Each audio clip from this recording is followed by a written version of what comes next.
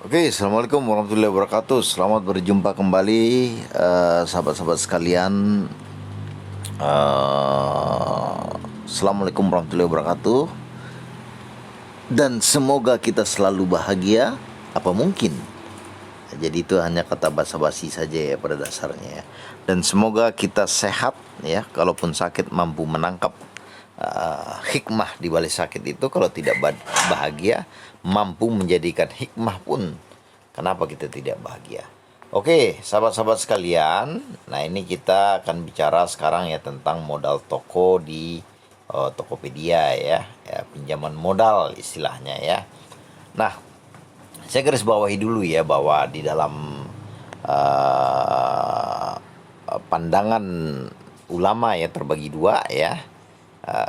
Jadi ini bersifat ikhtilaf ya, perbedaan pandangan ulama. Ada yang mengatakan bahwa bunga bank itu riba, ada yang mengatakan bahwa bunga bank itu haram. Tentu dengan pandangan-pandangannya tertentu. Karena itu berupa tafsir ya, dalam pandangan saya itu berupa tafsir, karena jelas bahwa di dalam di zaman Rasulullah itu tidak ada yang namanya bank ya, artinya sehingga itu dikatakan bahwa itu tafsir atau ijma ulama. Nah, persoalan utamanya Kak, apakah setiap bunga bank itu haram dan dikatakan riba itu termasuk riba atau tidak? Itu menjadi persoalan khusus dalam perbedaan pandangan ulama. Yang paling mengerikan ya apabila Anda atau kita mempercayai bahwa bunga bank itu riba, lantas mengatakan bahwa bank konvensional itu pun adalah haram, maka di dalam kaidah fikih apa yang dikeluarkan oleh haram itu maka semuanya menjadi haram, termasuk uang yang Anda gunakan, ATM yang Anda gunakan, itu semuanya menjadi haram. Sehingga akan terjadi paradoks nilai yang Anda anut. Oke, demikianlah sekilas filosof atau cara berpikir atau mengaktifkan cara berpikir yang rasional terhadap suatu masalah. Oke, sahabat-sahabat sekalian, saya akan lanjut ya.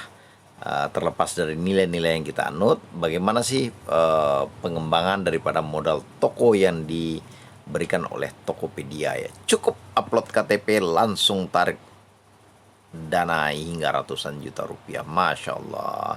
Jadi ini udah ada Dana Pala ya, mitra kami itu Dana Pala, berarti ya dia kerjasama sama Dana Pala ya, diawasi oleh OJK ya. Jadi ini memang kata-kata bombastis ya, ini artinya ini Anda pinjamkan atau Dana Pala ini meminjamkan uang kepada Anda, itu Anda harus masuk dalam otak Anda bahwa Anda berutang ya. Di dalam mengembangkan usaha Anda itu Anda berutang ya. Kalau Anda pelajari laporan keuangan itu ada yang namanya hutang itu dan aset ya, hutang aset ya.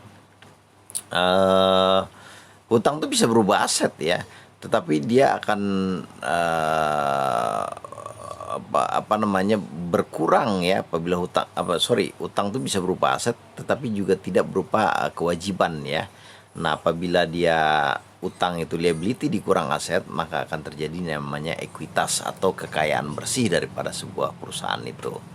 Nah, itu yang harus Anda pahami dulu ya. Jangan sampai Anda menganggap bahwa hutang itu adalah milik Anda. Tidak, hutang itu adalah kewajiban Anda yang Anda harus bayar, dan dia akan mengurangi aset Anda. Dia akan mengurangi aset bersih Anda, sehingga itu dinamakan ekuitas ya. Oke, sahabat-sahabat sekalian, nah ini apa nih ya, mudahnya ya, yang ditawarkan mudah, aktivasi, cukup upload KTP ya, dana langsung masuk ke saldo, tarik dana kapan saja dibayar ya. Nah, ini dia kasih testimoni ya, orang-orang sukses ya, yang udah minjam, maksudnya orang sukses bukan sukses usahanya tapi sukses minjam. Jadi Anda harus paham juga ya.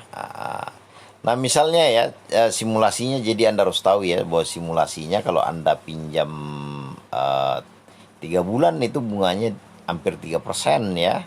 Berarti 1 bulan tuh kurang lebih Ini 245 ya, kita anggap aja 3% ya, kita anggap berarti kurang lebih 1% ya, 1 bulan ya. Jadi cukup cukup murah sebenarnya.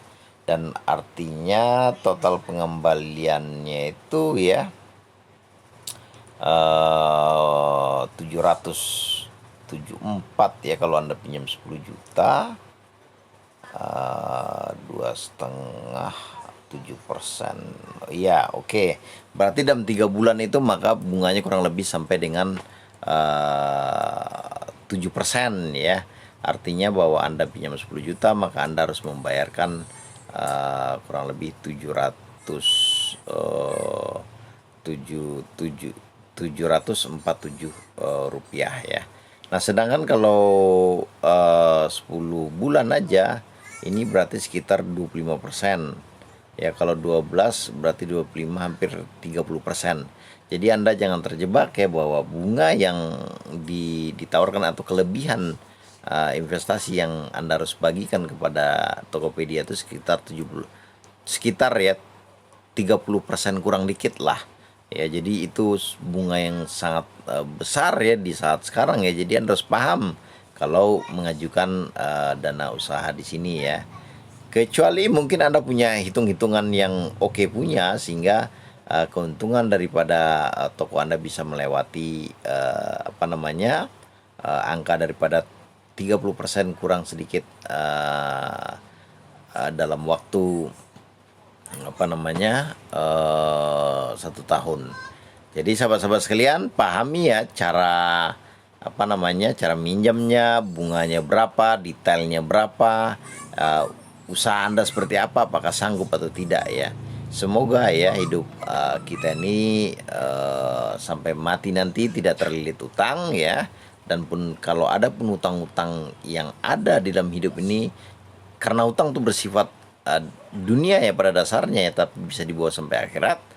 Anda bisa lunasi utang Anda itu semasa hidup Anda. Jangan sampai Anda meninggalkan utang, apalagi utang-utang yang tidak mampu dibayar oleh ahli waris Anda.